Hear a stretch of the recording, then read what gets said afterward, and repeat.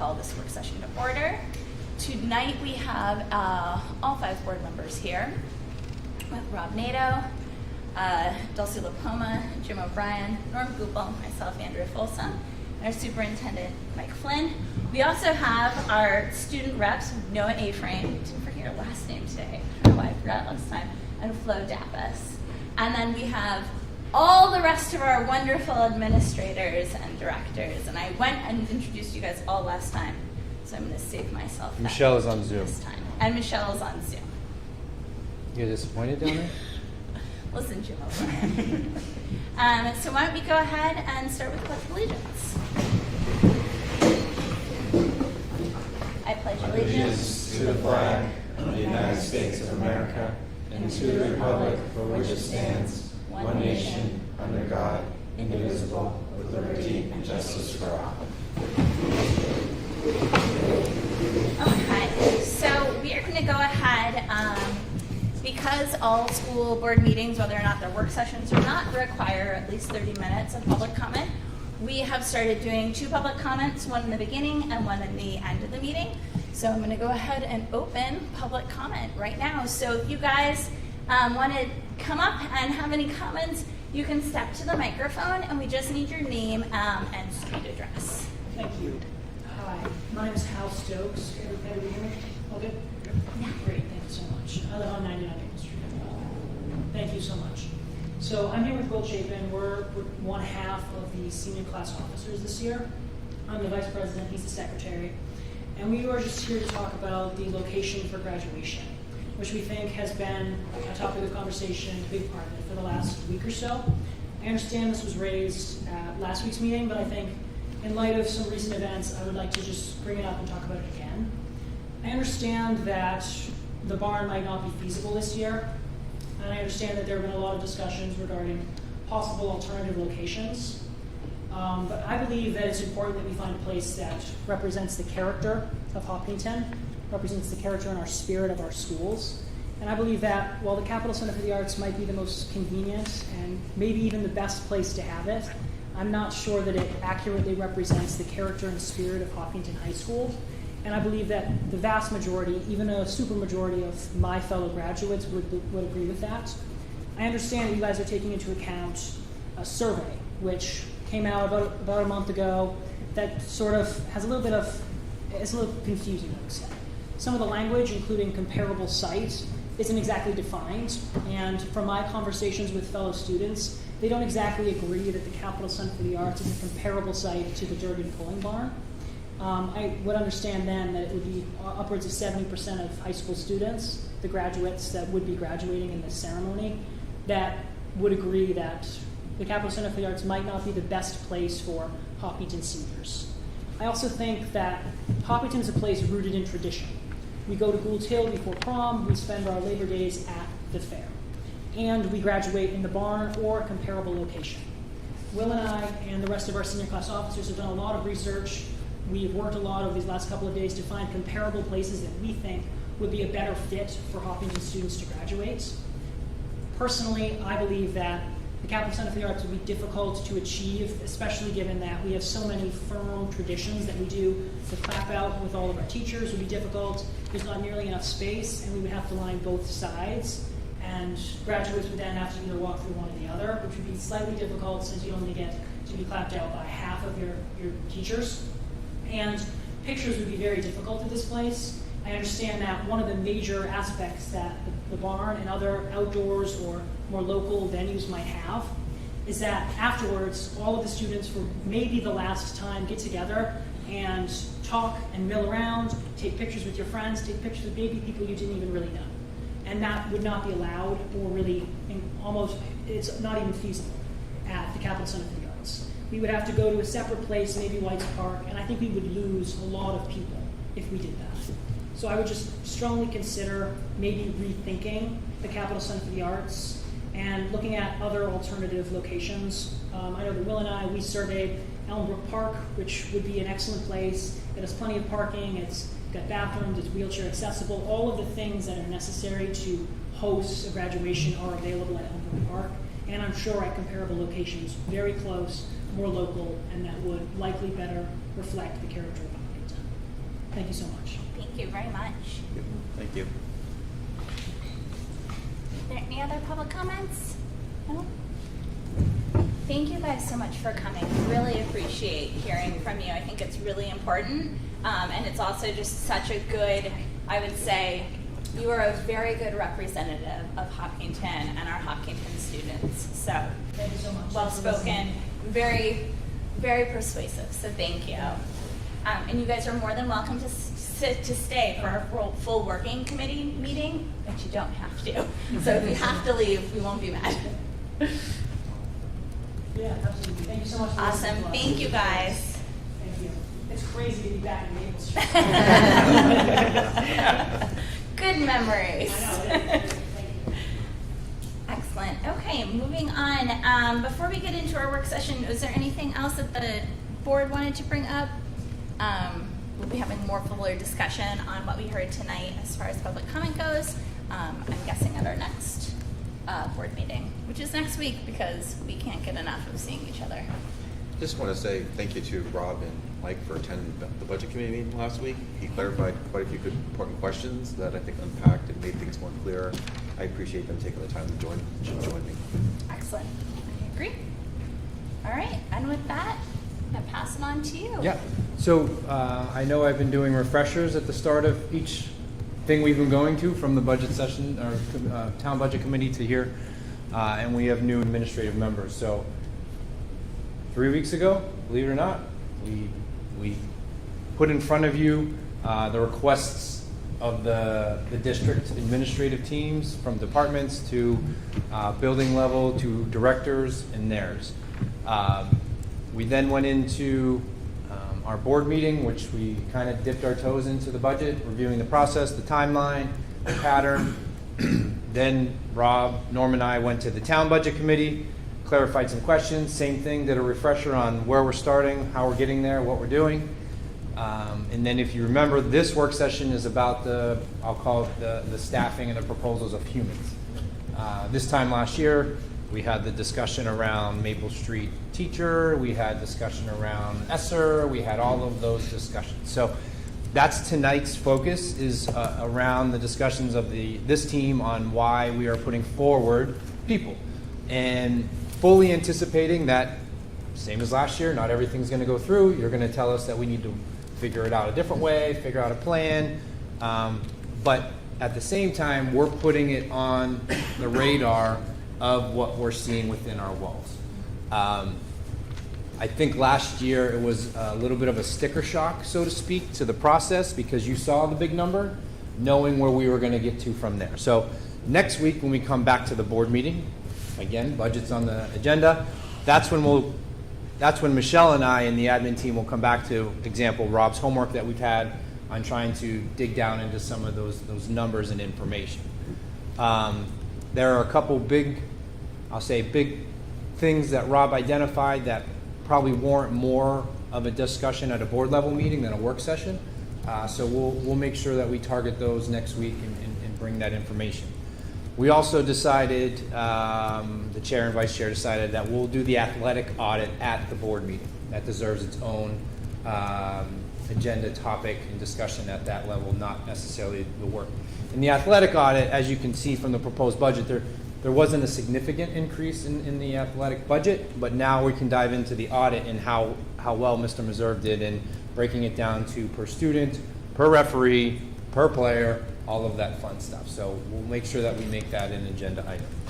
So any questions on where we stand today? Good down there? All right. Anyone? Anyone around the table? Too good. All right. So with that, I'm going to kind of set the table, but I think it's important, as we did last year, to discuss from the admin on the why behind what we're doing. These slides are in the drive because I knew it would be set up over there, and then also it is on the live stream. It's warming up. You don't have a paper copy, right, in case they can't read it? I don't have a paper copy. This is Can you see it? hot It's off. very big. It's right there. It's very big. All right. There we go.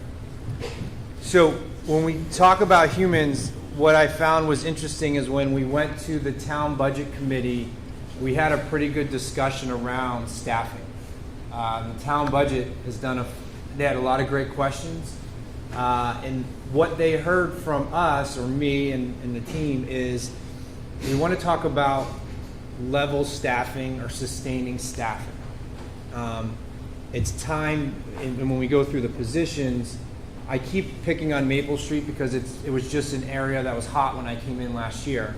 And the year before there was a position that was up for cutting, and then there was a position of movement. And it gave me an understanding of the uncertainty that it created within the faculty and then within the building. And then that kind of gave me an insight on some of the other things as we dove into the way we described people last year were 0.6 or 6'5". We didn't talk about humans, right? And that's what's educating our kids, are the humans.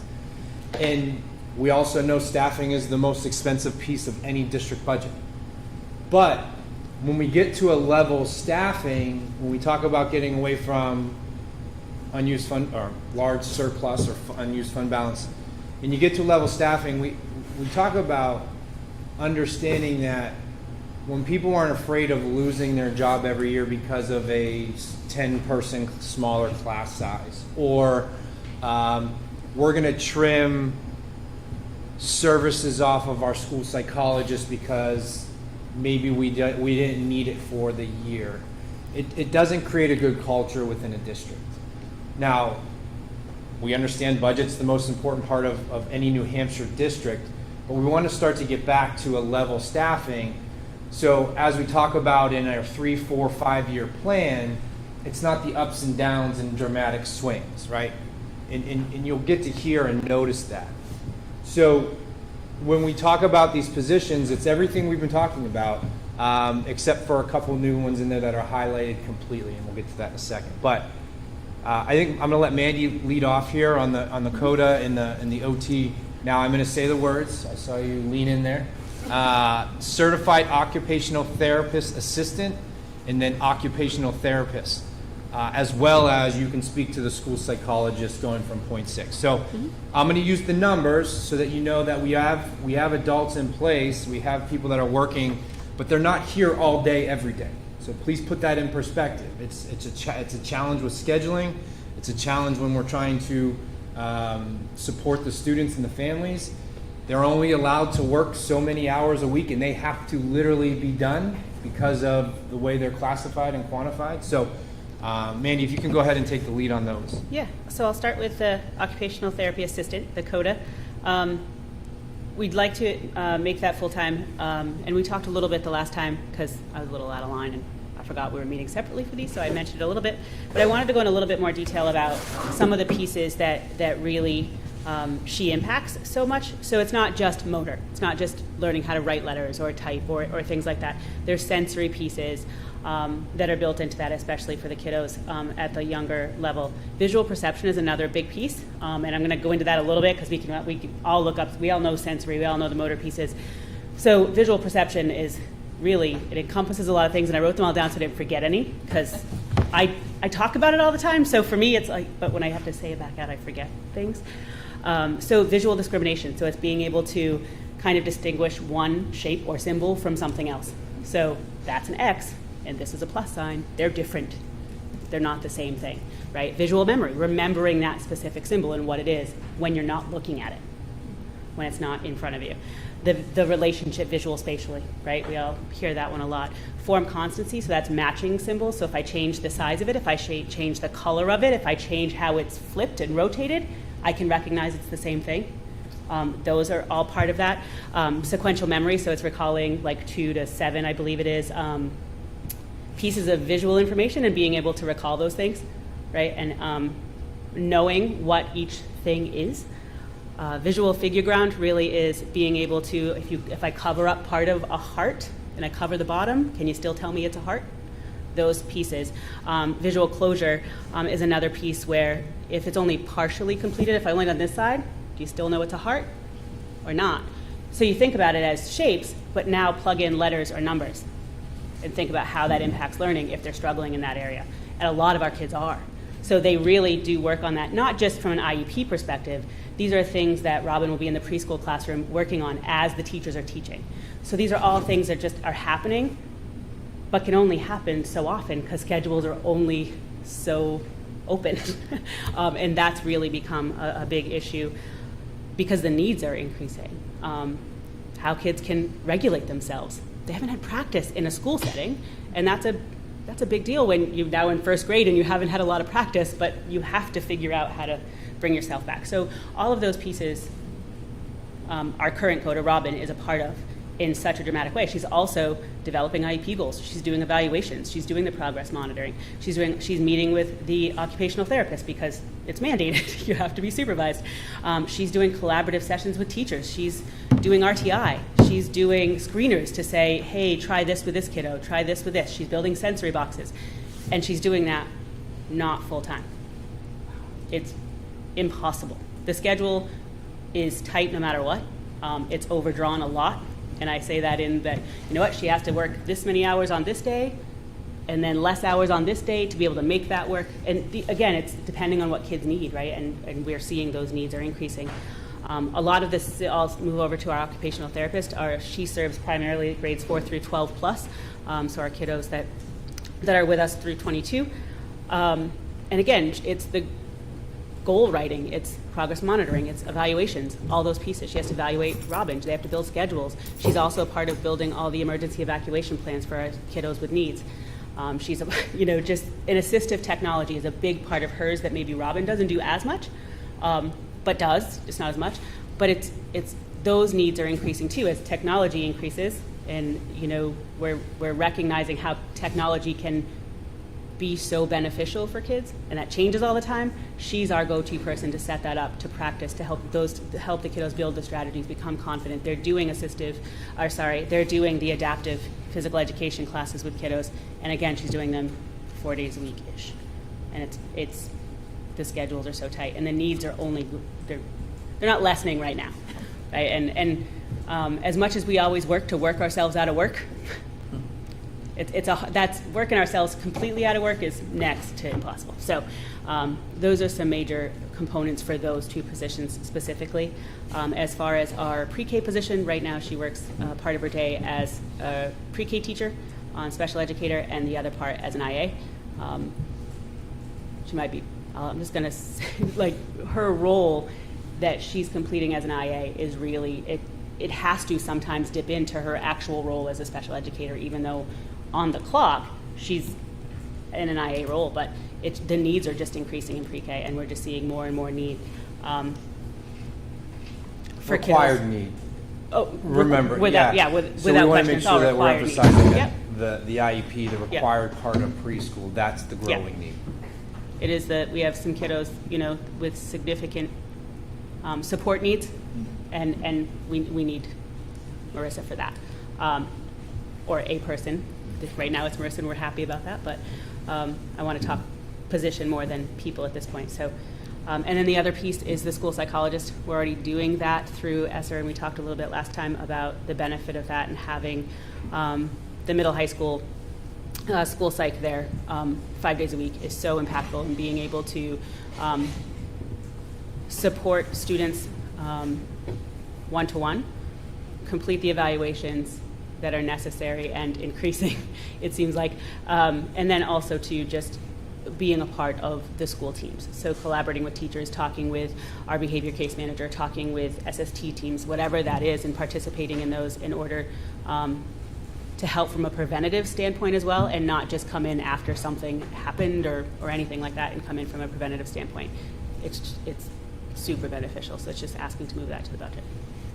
So as you can tell with Mandy, making people all day, 5 days, 170, 80 days a year, that obviously, I'm not a mathematician, but if you just increase 1 day a week, times the hours, times the ability to provide the services. So that's the baseline of, I don't want to use the word argument, but that's the baseline of the discussion about when we kept coming back. Mandy's like, this would really help our whole department. So any questions from Mandy on her 4 proposed?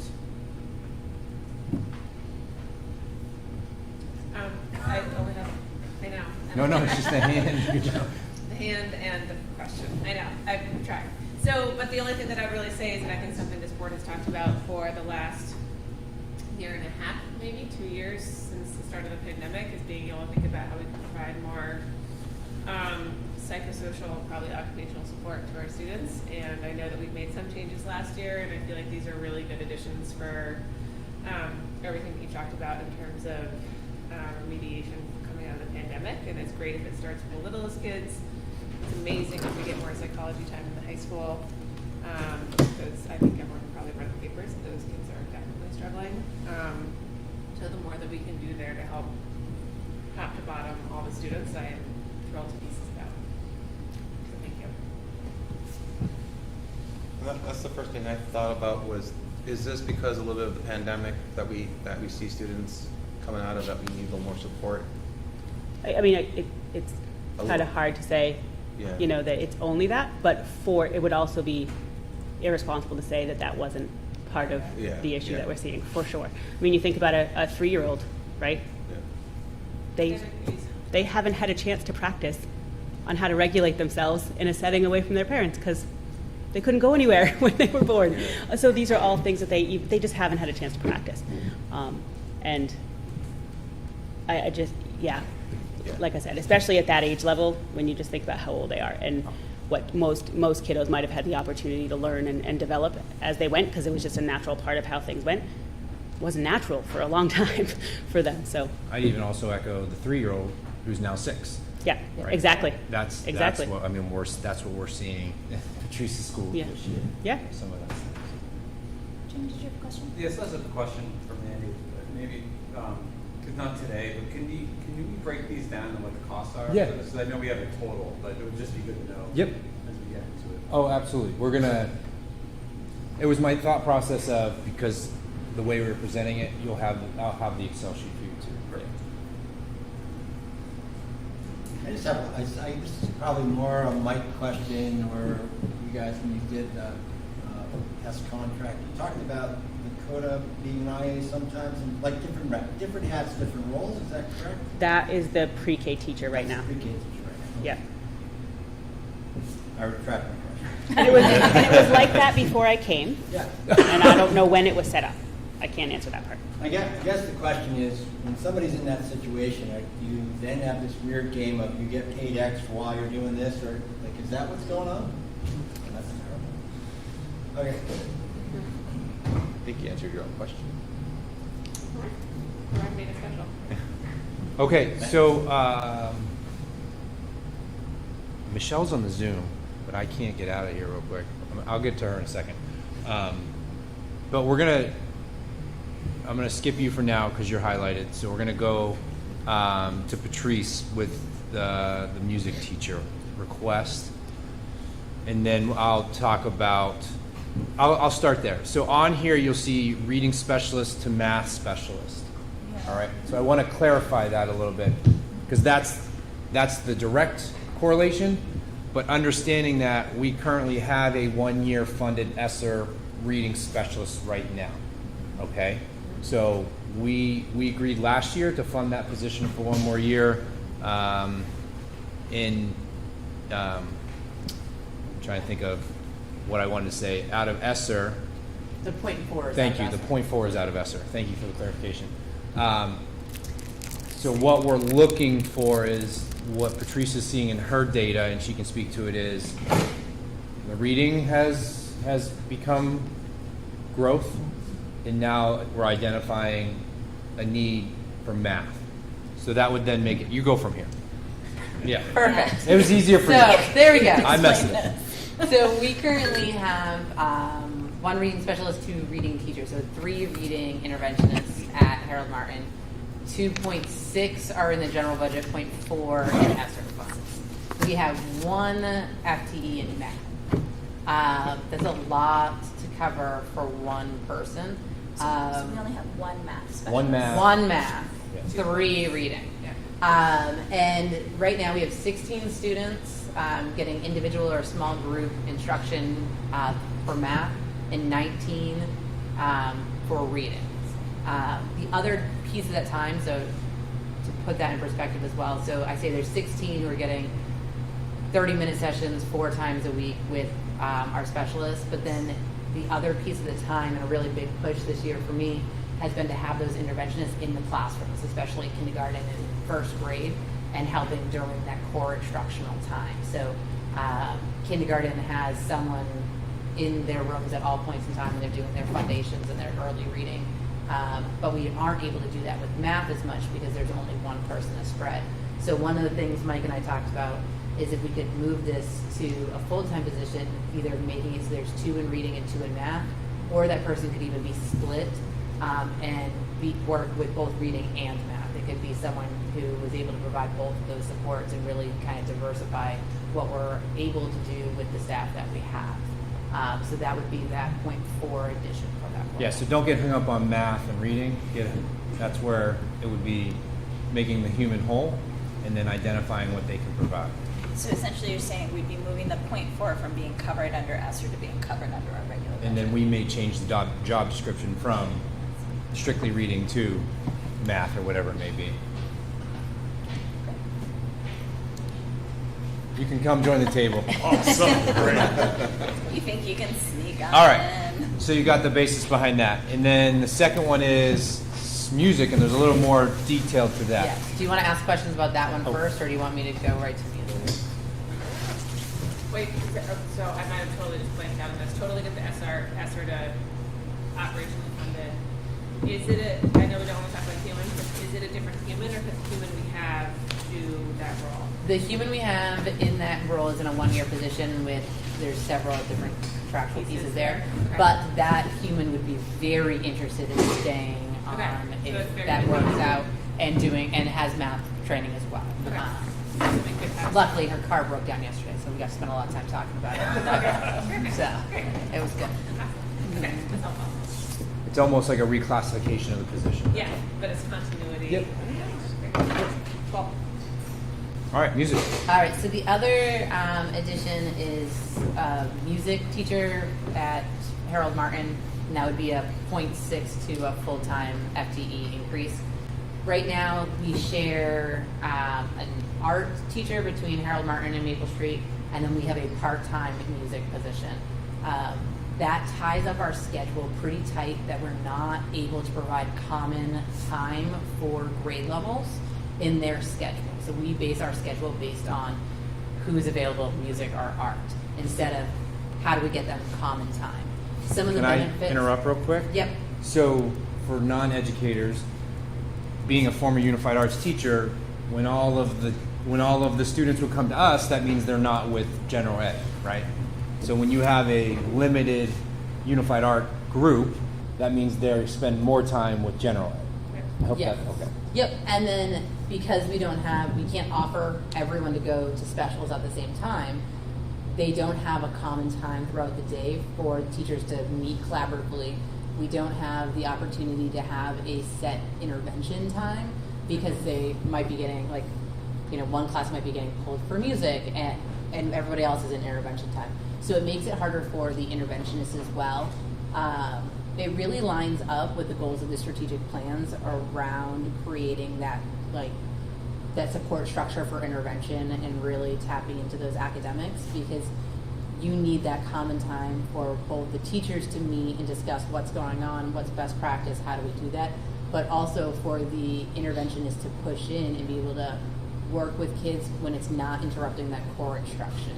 Right now, there's times where kids are being pulled or moved when it's during core instruction, and then we get to a weird conversation of, do they not know this because they missed it in class or because they need this interventionist? So that 0.4 would really allow for a more collaborative experience. Can I ask a clarifying question? Yeah. So the music teacher who's a 0.6, is that a 0.6 that is shared between both of your schools? No, she's Okay. just 0.6 and then substitutes sometimes on. That's right. Yeah. Because she has, yeah. And one of the things they didn't talk about is with that addition, that allows 12 additional spots or 2 days really for increased music and theater opportunities, performing arts. We talked about how do they could get involved in some sort of band. We recently just did a parent survey about a club interest thing, And we got huge parent, so much engagement. Like, God, we don't know how we're going to fill that need. Frightening, actually. When you It's frightening. text I don't me know that. how we're going to meet it. We're going to have to come up with other things. But frightening. this person could also meet some of those needs in the day, which is just the opportunities are really endless. It's really exciting. So we could bring back the second grade play. We could bring back a second grade play if you'd like a second. I don't know how to do plays, but I can figure it out. Yes, Yeah. Second grade one. second grade Right? play. It's the best. But we talked about spring concerts and things like that. Like, we've had some really great conversations and tapping into that social and emotional need of kids. And in a post-pandemic world, these are the opportunities that they really need. All right. Any questions about? Oh, so Michelle's so good at her job. While she was listening to us, it should be in your inbox now, a breakdown of all of the positions. I can't see her or hear her, but she texted me and said it should be in your She's inbox. got it. All right. Terry, Tracy, can we just get a rundown of, okay, full-time music, art, PE, between the two schools, who's full-time, just go through that. So music, Harold Martin School is currently 0.6, at Maple Street is 1. And what about art? I know that's a split deal? Art is split. It is split. I have Kim Emerson 2 days a week. The rest of the time. I have a 3. Yes. And that's a full, She's full-time split Correct. between our two Okay. buildings. And then what about PE? PE is full-time. Mine is full as well. I think he's actually more than full-time, if that's an So option I think here. he qualifies in that. I think he's 1.1. Yeah.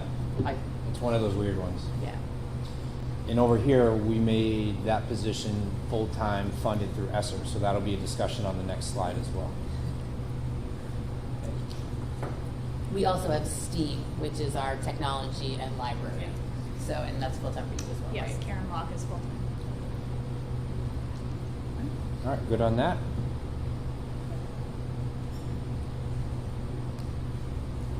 Okay, Dan walked in, so let's put him on the spot. So what's interesting on here is you'll see bass fishing. And this is that weird dilemma that I find with Schedule B being in the contract and not being outside. So if we have to add a coach, Michelle felt that it was appropriate that it became here for discussion. So anything to say about bass fishing? So what it is, years ago, we'd started a bass fishing team. It has remained in Schedule B as far as I know. I think it's under the club right now. It really should be under athletics. It is an interscholastic sport. A number of schools do it. We have kids who would be interested who really don't do any other sport. It's a nice opportunity for them for very little money.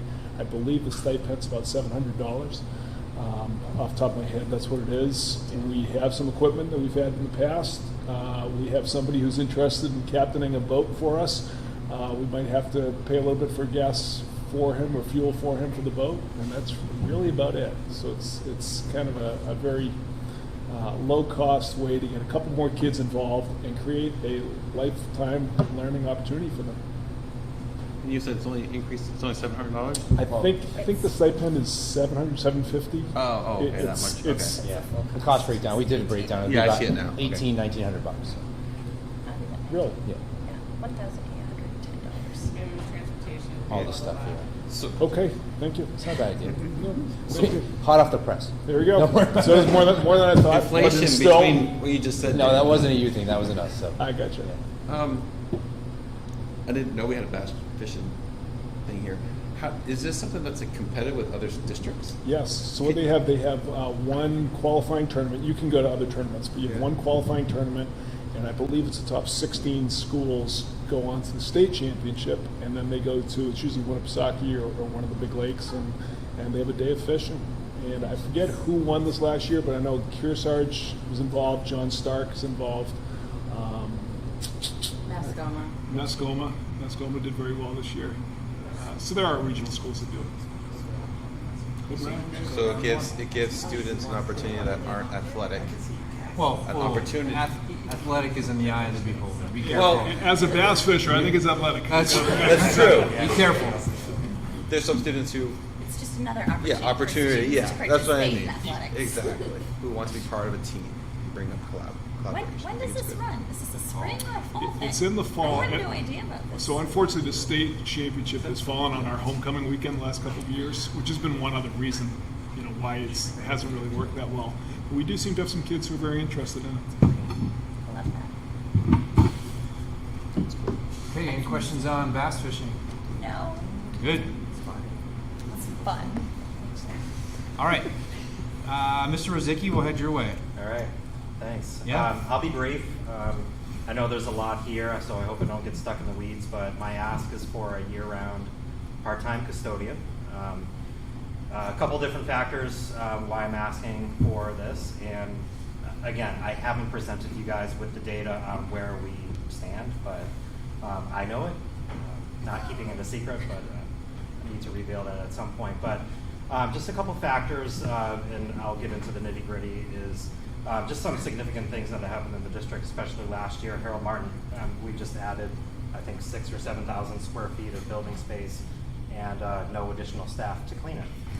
There was a one additional hour granted to the existing part-time person there, which has been doing that, but we're still struggling in that area. So I have a very sliver of an amount of time that I need extra over there, and then the rest is over at the high school. So, and again, this is kind of the nitty-gritty weeds of my ask is, you guys probably all know we have a full-time custodial supervisor in the evening. His day is packed. He has about a 4 to 5 hour cleaning assignment that he does over at the high school, and the rest of the time is supposed to be dedicated to go around to different schools, inspecting, bringing supplies, training, the valuable things to keep the team going. Again, I haven't experienced it a whole calendar year here, but I know that during athletic season, he's usually camping around the gym area for fulfilling those needs, for setting up, and he usually takes care of that. So in a normal given day, he's probably dedicating only an hour or two to supervising. And that is if everybody's there that day. We average about 4 out of the 5 days with somebody out on an illness, vacation, personal day. So he is actually filling other people's schedules. So since I've been here, I don't think he's done any supervision tasks just because of the needs of the schedule. So my ask, an additional part-time person would be basically housed at the high school, would take the custodial supervisor's cleaning tasks, and then open up his schedule to do supervising, what he was paid to do, and also fill in for outages. So just another little bit of information for the group is, I believe in the last round of the custodial union or collective bargaining agreement, there was an increase of vacation time for an additional week for our most tenured staff members that have been here for a while. So now they have 4 weeks off per year. So that just adds to the amount of outages currently. So basically, it's a two-prong attack. Is get them to actually supervise and keep the ship afloat, and plug in absences without overtime or other substitutes.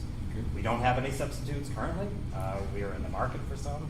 So, but overtime is a big dollar driver, so I think we can recoup some of that money that we're spending on this position just by reducing the overtime budget in a perfect world. So I haven't even seen the number, but on my rough calculations, it's got to be like $22,000 for a year-round part-time with no benefits. 33,931. Wow, we paid Not pretty many well. with benefits.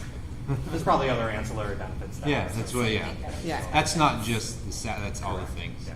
So that's what, and we'll get to that last slide. It talks about some. So that's my pitch. Question. Any questions for Mr. Rozicki? I just had one. So I remember a couple of years ago, I'm kind of looking at the board here, that I feel like we've talked about custodial staff before. And in the past, one of the issues that's come up is that hiring a part-time person was nearly impossible. And so I guess that's just a question that I have of whether or not we would be able to find somebody to fill a part-time. I know that actually finding a full-time custodian for a while was like a miracle. So. I think it's a struggle around the state to find people, but again, with what we pay compared to even Dunkin' Donuts or any other local organization, I feel that I would love to cast that net again and see what we get. Great. Do you guys remember what I'm talking about? Did we talk about Was that during COVID though, when it was like extra? I think it was, and then we had to, I think, maybe decrease, I believe we actually decreased by a half person, so this makes sense. That's it. Thank you.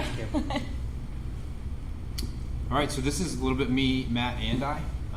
Also kind of around a board goal.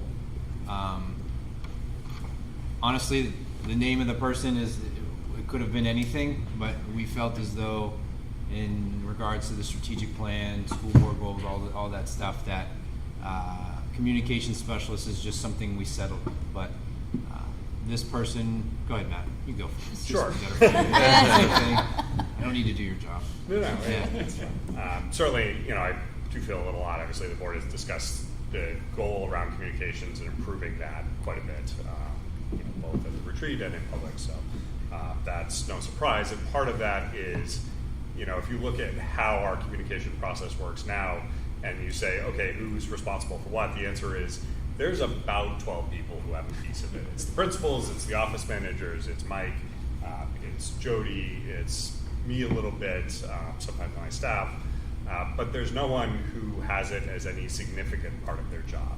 And so the answer of who's focusing on this is really when an issue comes up, we all focus on it for about 30 minutes and then go back to the rest of our jobs. So having someone who can both operate and make sure our websites are updated, who can operate the district social media sites, who can really act as a conduit for principals and anyone else to say, hey, what is going on, what can we share, and then what critical information do we need to get out, and how do we get that out, get information in from parents and make decisions on it. These are things that we sometimes are quite competent, but never great, and occasionally not so great, just because of that lack of focus. I was working with Patrice and her office manager the other day, and it's like, oh, who's focused on this? But then Patrice had to deal with a student having an unfortunate day, and the office manager had to deal with, I think, a delivery and then simultaneously a staff member who needed coverage. Just this is the day-to-day operation of the school. There is no one who can take that step back and say, how can we do this better? How do we get this information out?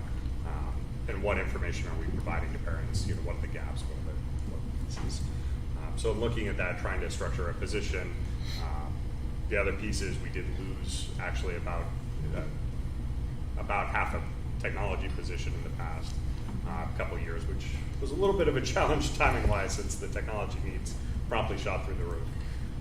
So having some of them take on some of those pieces that are related to that website design, social media, all those pieces, but then acting as the primary conduit for administrators to have a resource to draw upon and someone to manage. This is essentially become a career for most in the industry, right? In industry, if you are in a corporate or anything, you typically have a communications manager, director, all the words. But it is the webmaster, the social media manager, or anytime something happens, it goes to their inbox. They're in charge of all of that. In the breakdown, I think we set the salary. We evaluated new grad communications, and we set it around 50. We felt like that would be a good way to cast a net. The challenging piece with the salary, I'll say it again, is it'll be a great opportunity for someone coming right out of school, get into a district, and then maybe we retain them for 2 to 3 years. It'd be that type of cycle, which is pretty standard for that too. So I think the value it would be great. I think they'd be able to do. Matt put it very eloquently. Like, we all do a lot, right? And then it's always like, all right, well, who's doing that? And it's one of those things that who's doing that, and it's not intentional. It's just everything else that's going on. They would work with Parent Square. They would do, a lot more telling of our message at real time. Is that a hand? It is. All right. Delcy's rubbing off me.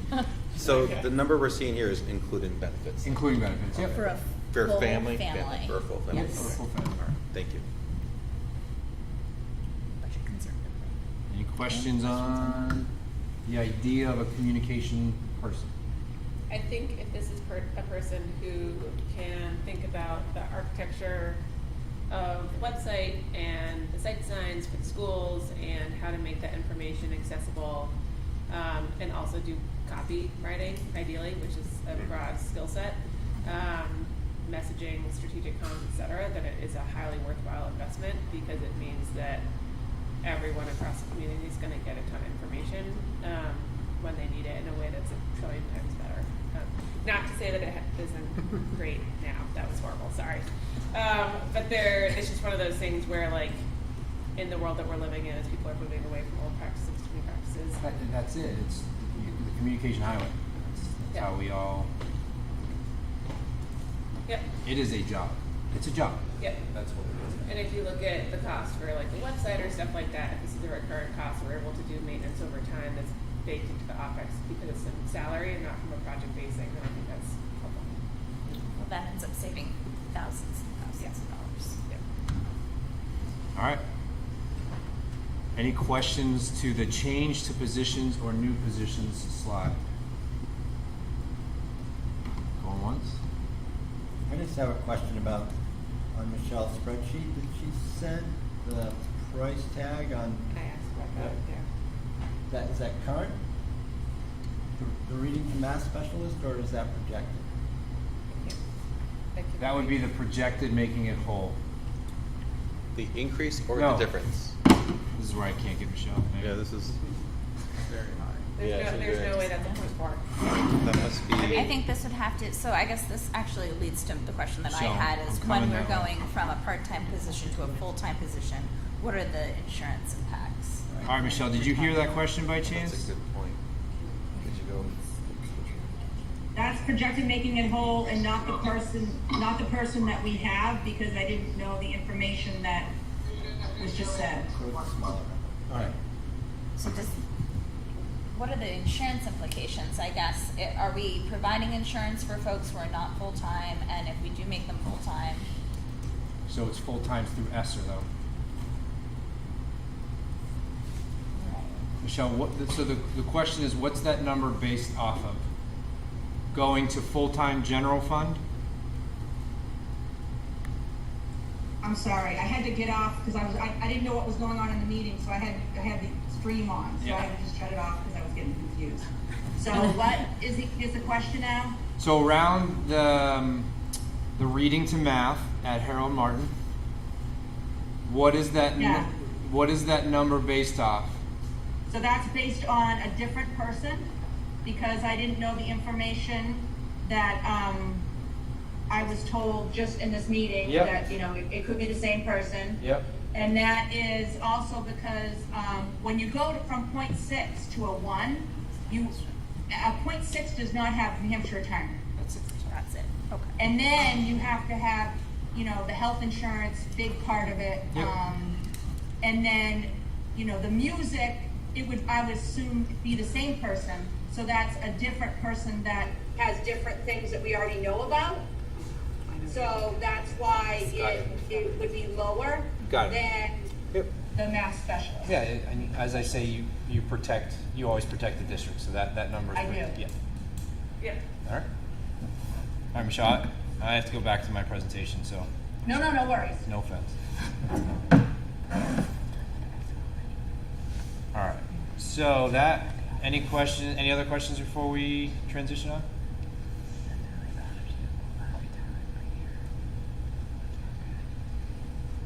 No, I guess just clarifying, whenever we're going from a 0.8 or a 0.6 up to 1, we're also going to need to take into account retirement and insurance, possibly insurance costs. Okay, so this is the one we've been talking about.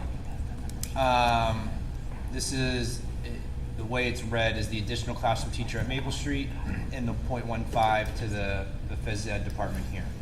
So in the middle of last year, we proposed to move the phys ed to full-time. The person was able to support more students with wellness and mental wellness activities. I'm just going to keep it under wellness activities. We call it wellness extension. Wellness extension, thank you. And then this would bring that staffing level of K through 8 at K through 6 at 4 teachers per grade. We'll talk about middle school, high school in a second, but that would put us at level staffing throughout the first two buildings. Now, we've circled the wagon a couple of times on the why behind it, but you've heard me say it over and over. It's important that if it's just a dip for some reason, that's just that grade that year gets a dip as professionals. That class is going to be small forever, so it's not going to change. So if we're going to take a class size that goes down 10, is it going to then follow its way all the way through? So this would put us at level 4 teachers per grade, and then the increasing and making the phys ed teacher full-time, it goes back to not just scheduling, but supporting the students throughout the day. So that's me beating the same drum. So any questions on that one? Pretty simple, right? We've talked about this for the past really 2 years, Yep. since we started using ESSER for that position. Yep. Okay, so this is what Jim pointed out earlier. This is the breakdown of all the things. So salary, health insurance, dental, retirement, FICA, life insurance.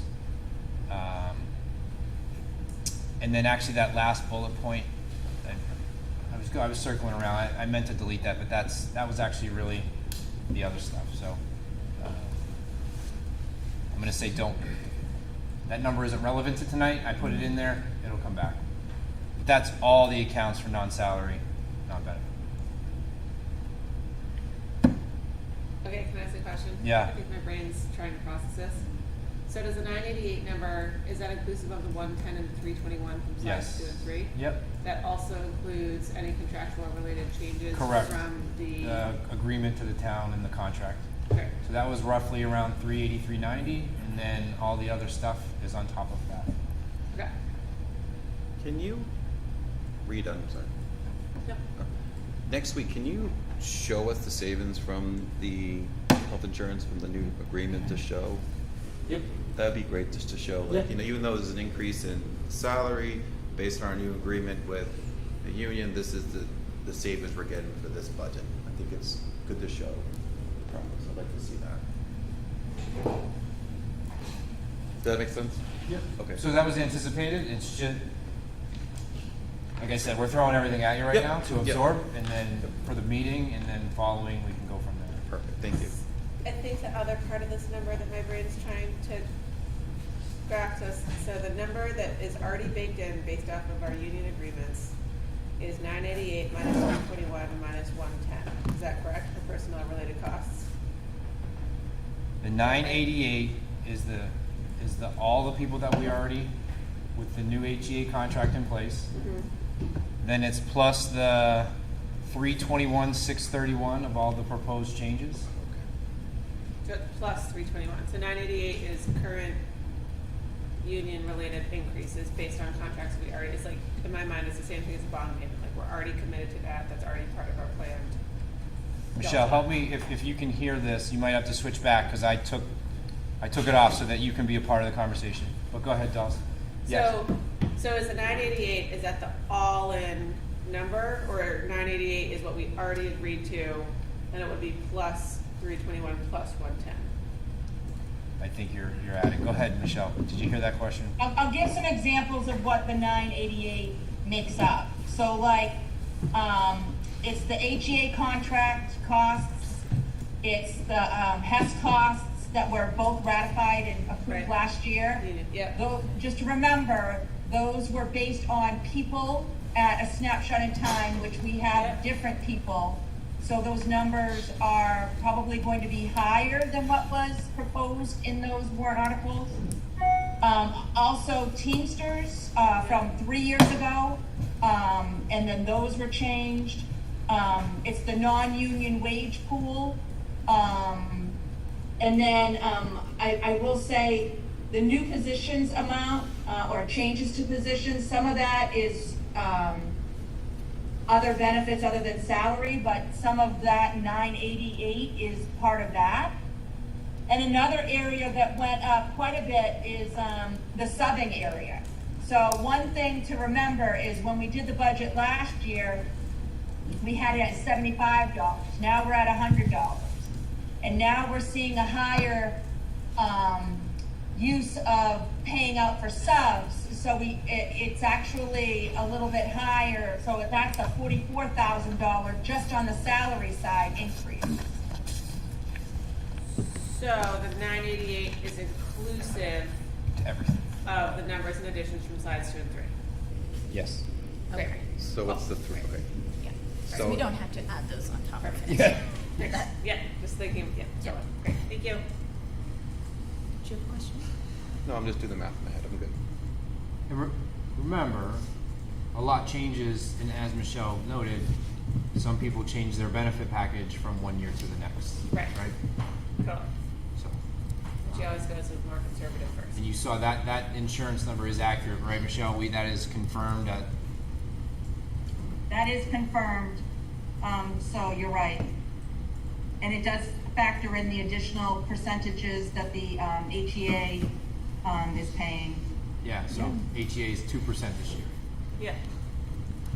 So they So can. they go up again 2%, so, yeah. So that's that, And the, 4%. Yeah, I just think it's helpful, this comes back to the same thing that I think about with the bond payment, where it's always helpful when we're talking about it to break out what is pre-committed to, yeah. that has already been voted on by voters from that number. Does that make sense, Jim? And then talking about Sure. what would be basically newly considered this year. Because we can't change the base that we've already committed to for those contracts. Right. And that's what we kind of, last Right. week at the board meeting, we broke down, like, Yeah. things. Yeah, but that's more Because for like a this finance.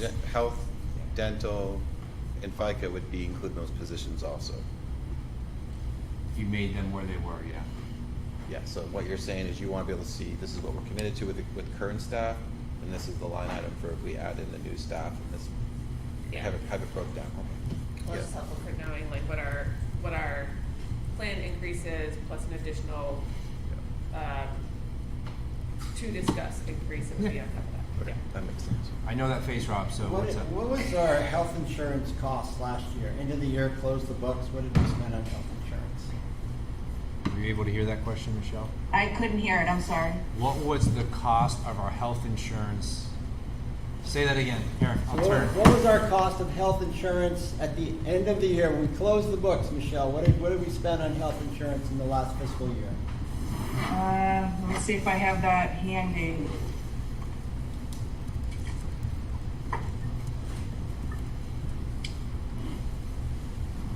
Well, this is just, I'll give you some numbers, but this is just based on general fund only because that's all we're talking about. So, fiscal year, 22 expenditures was $2,473,166. Our budget for this year we're in is, was $2,853,819. And now we're looking at, $3,483,549. And what was the rate increase last year? I forget already. I think like 6.6 or 6.2, I want to say. I have a sheet on, and I probably can get at it.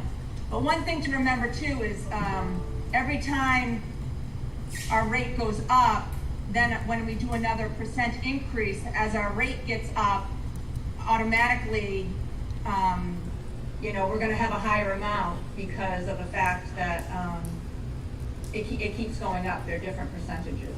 So the GMR this year is a 9.7 increase. And what was the actual rate increase last? 10.10 was last year, was this year we're in. 10.10? No, hang on. Last year's. 22-23 actual was 10.10. 21-22 actual was 2.1. 2021 actual was 2.3. What? Every 3 years, it's like a So it's every 3 years cyclical. Well, right? so one thing to remember is 21-22 was all going to do with COVID. Correct. So that was a lower because nothing was really getting done. And that's why we got that return, And that's why we got the return as right. which And is now, so, it's now the as benefit things are trust. starting to happen, that's what happens. And And, I know, just so everyone's aware, there were districts that have been notified that they are at a 20% this year. 18, like, actually unimaginable type stuff. So, yeah, so for that number, 'cause that's not insignificant, we should just talk in finance about like what would be the planned usage of benefits trust, which has 200K in it, which you probably already have a plan for, but, yeah. Well, the increase is a lot higher than 9.7%. If last year, or this year's budget, we've got 2.8 million, Yeah. and you're projecting 3.5, that's a lot more than 9%. So there may have, again, the challenge is that's taking everyone that was on whatever plan they were on and then being whatever on they're on. So that's someone that may have been on their their partners last year that's now on ours. And we can break that down in finance, definitely deeper for sure, Yeah, so that you get an idea. okay. Okay. All right, so just a couple other things, not that they're on the slide, but we've been discussing is the middle school scheduling and dedicating middle school staff members. Jake, Chris, and Becca and I have really been trying to work on that so that there's minimal impact in regards to anything financial. I'd say that part of Becca's role anyways was identifying curriculum and where it was taught, and then also they're working currently on some of the program of studies stuff. We feel pretty confident that we can get to a middle school schedule without increased staffing. We're gonna have to have some discussions on really the high school program of studies and course offerings. I don't think that's for tonight. I think that's for when we were able to provide you with more info on that. But the reason why you don't see Chris here asking for the initial proposal stuff is because we feel like we've been able to work through identifying that we can dedicate the middle school, but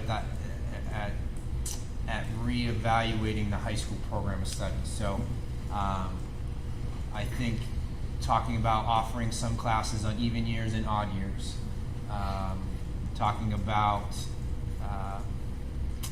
the 20 credit option having an impact on course sizes, really identifying what's required as an area, and then also talking about where maybe some of our curriculum is in the inappropriate or wrong areas, and not wrong, I say that the wrong way, but that should be placed at different levels. So maybe where a class may be taught in a freshman year should be taught in 8th.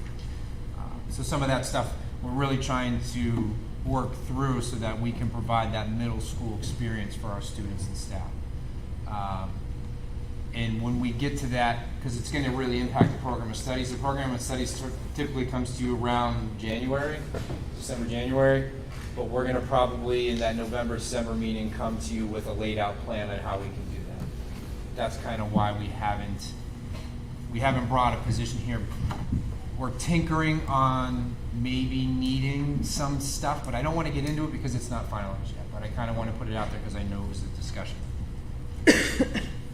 Part of that is actually when I came on board last year was identifying areas in which the district needed full-time stuff.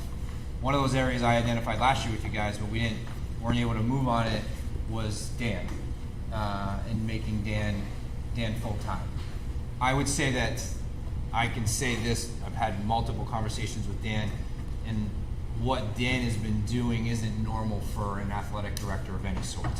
To say that you've been saving money, I think that's an understatement on what you've been doing, but it also makes Dan be a teacher and an athletic director, and I've shared this all the time. Dan, if you want an athletic director to do all the things, then he or her need to be the full-time athletic director. The good thing with Dan and Becca and Chris and all of this kind of coming together, I believe that we can make Dan full-time without any financial impact as well. And that's going to have to do with the program of studies. Dan's in the loop on this. This will probably be news to the public at this point, but we've kind of been working behind the scenes on how to identify that. And I think being a full-time athletic director in a 7 through 12 school also needs to be noted. What we compare Dan to is just high school athletic directors. And he is working with middle school. Now, if or when we make this transition, Dan and I are working on a new job description for what that would entail. And then that would help support multiple layers, not just athletics, but also intramurals, middle school, and also helping on the administrative side. So again, nothing new to Dan's ears. That's some part of the process that we worked through so that Dan felt comfortable with what he was stepping into, but also that it wasn't going to impact us financially. And then the HEA changes that Norm brought up, that's going to come your way when we get into the detail next week of what Michelle and I are going to really narrow it down to. So. Any questions? I just threw at you Dan, middle school, and HEA changes. And sports breakdown, I'll get to you after on that one. You know, last year you worked your magic with early retirement. When does we open that up? Because it kind of gave you a feel for what was down the road potentially. Sure. So when do we, as a board, have that discussion of opening that up? So those are already out there. We've been emailing. Jody sent out reminders on when the date is due. Anyone know the date off the top of their head for when it's due? I can't remember either. So those. I think it's November 1 or November 15. Yes. Yeah. Contract, so. Yeah, it's one of those. So that's when we get it. And remember, they can put in and then they can also withdraw. So Yeah. we got an idea last year. We had several people withdraw. 15th. November 15th. That's part of our contract, correct? Part of the contract. Yep, that's 3 positions. Yep. Three is the, and then last year you guys afforded the opportunity for another opportunity because we foresaw the opportunity to support that. So you'll see that as we get into those November, December ones, to be able to early forecast on that. And then last year, we went to town meeting, and then after that we had 2 principals leave, we had 3 more, so there was significant change after town meeting last year, significant. So for as much as you can project, you just see how you can do it. So what can we expect at so we've received a lot of information today. Yep. So what can we expect? So at I'll the next send you board the meeting? same email that I sent you essentially last week. Any questions you have, anything you want specifically. So, Rob was throwing stuff out there, Norm. And then last year in October, the last meeting, we came with a proposal essentially of the budget. And I think that's when we were at, $1.89 at that time, and then that's when you guys changed the target to $1.65, and then we came in, so forth and so on. So next week you'll see an actual proposal, and then that'll be the bigger discussion. So things that we'll present to you on what we may or may not should use ESSER for, or what we should use maintenance trust for. We'll put some stuff out there, and then the board can have that discussion, and then it should get kicked back to the finance committee, because I believe, Rob, I think we meet right after that First week in November. a couple of times in a row. So that's the goal. Remember, the work session is to throw it all at you, ask high-level questions, digest it, and then you get to go home, shoot us the work, and then we'll work on having something for you for next week. Can I ask one more data question? Yeah. I was trying to figure out how much we have, because one of the things is moving over people from ESSER to other. I found a doc, it seemed like it was fairly recent, that has a balance for ESSER 3 still in it, but do you know what the actual balance for ESSER 3 is? Yeah, that doc on the website is live. Okay. So it is I can go to 158? Was it? 158? 158. Okay. Yep. Yeah. Could you hypothetically provide us what we could use from there into our budget? Yeah, so the administrative team will, I'm going to say yes, but what I've also asked my administrative team to do is look at moving away from staffing and looking to provide purchases that can last multiple years without this cycle of having to come back. Instead of kicking the bucket down the road. So for the we'll position. identify both, Okay. What was interesting is the state actually just launched their, I'll call it their COVID money dashboard. And I would say we were in the minority of using a lot of funds for staffing, where other people used stuff for other things. So they're all putting a list together of things. I know Carrie and Patrice are really hot on a book vending machine right now. Didn't you purchase it through Esther in Newport? Yeah. Yeah. So We did in Derry as well. you did. Oh, sorry. It's amazing. So these are some things that we have going on. Okay. But I would ask, I'll send the email as a reminder, I would ask that between now and Friday, if you have deep dive questions, shoot us an email and we'll work on it. Alright, so then just to be clear, so we'll talk about it at the next board meeting, it will then go to finance, and then finance will report at the next board meeting. Yeah, and Their stuff. And Matt, prior to this meeting, I sent him a request, and he did it in about 20 minutes. If you click on the budget info, what are those things called? The Widgets? buttons. Yeah, a widget. You click on the budget info widget. We've started to build this year's stuff. But more importantly, on that timeline, if you go down and you scroll down, you can kind of see what to anticipate in October, and then really in November is the budget finance committees type stuff. So, great. Any questions on this work session? Any comments from the team? Any student questions? I have two questions. One, and I've asked this of Michelle before, but I'll ask it again. So when she does the salary increase, is she doing that based on current staffing and projecting next year's contracts, or are we projecting something different? That's question.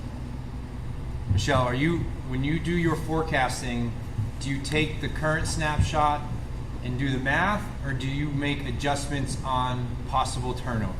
Is that fair? I have not had any indication of anybody leaving, so they're all at current staff. Other than if we had people that are like a one-year thing, like we talked about earlier, I assume somebody different might come in. Okay. That was all. You said you had two. Yeah, I think I got my other one. Okay. Other questions? Dulcie, did you have another question? Or no? No, I think I just figured something out. So on that slide 4, the breakdown of increase, Yeah. those all need to be added. Is that correct? Yep. 2.5.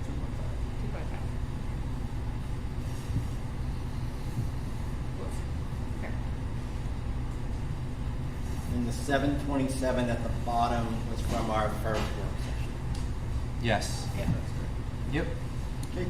Nice. Okay. Thank you. Yeah. If not, I'm gonna dismiss. Oh no, you. Nope, have to we're not, it's your we're not meeting. dismissed. You're Sorry. not doing anything. But nice try. Yeah. All right, if we don't have any more questions, I'm gonna go ahead and open it up for the second public comment portion. So if you guys have any comments, come on up. Warren Clement, 86 Maple Street. I think if you guys could specify what a 1.0 versus a 5.0 for the general public, I think I understand it, but it's a little confusing when you go from what's part-time, what's full-time. Is 5.0 or 0.50, excuse me, a full-time, a 20-hour-a-week position, or is that per class, and then there was a statement of a 1.1, so how do you get overtime in a... Yep. So this is the challenge that I'm. The previous administration had qualified people as numbers, and so yeah. So 0.5 would be part time essentially, which would be about 20 hours. Would be 20 hours a week. 1.1 would be 44, whatever it may be. Essentially, yeah. So it's 1.0 is based on a 40-hour 40-hour week. Yep. Ish. A full person. Yes. Okay. Second question was the slide presentations, are those going to go up on the district website, not just in the seminar, but one by one? Yep, so that's that new budget website that Matt just created. I just talked about. Okay. If you click on the widget on the homepage, all the information that we've been doing is all going to go right there. Gotcha. I haven't found that yet, but I will look for it. And then I know back along with the bass fishing being this own category, there was talk about a debate team forming. Would that fall into that same category? I know they'd be expensive. You had to travel, and I don't know if that's. I haven't heard any conversation about that since, but there was conversation about forming a debate team. So the debate team is up and running. Yep. And that,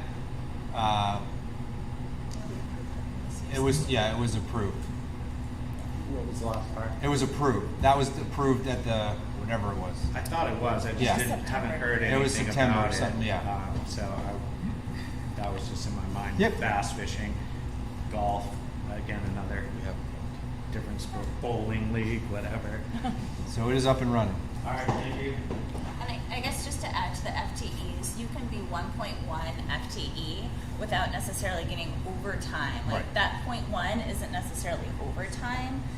It's built into the contract. So it's not like you're getting time and a half, whereas you might find that in other positions. So just to Yep. clarify or not that point. All right, any other public comments?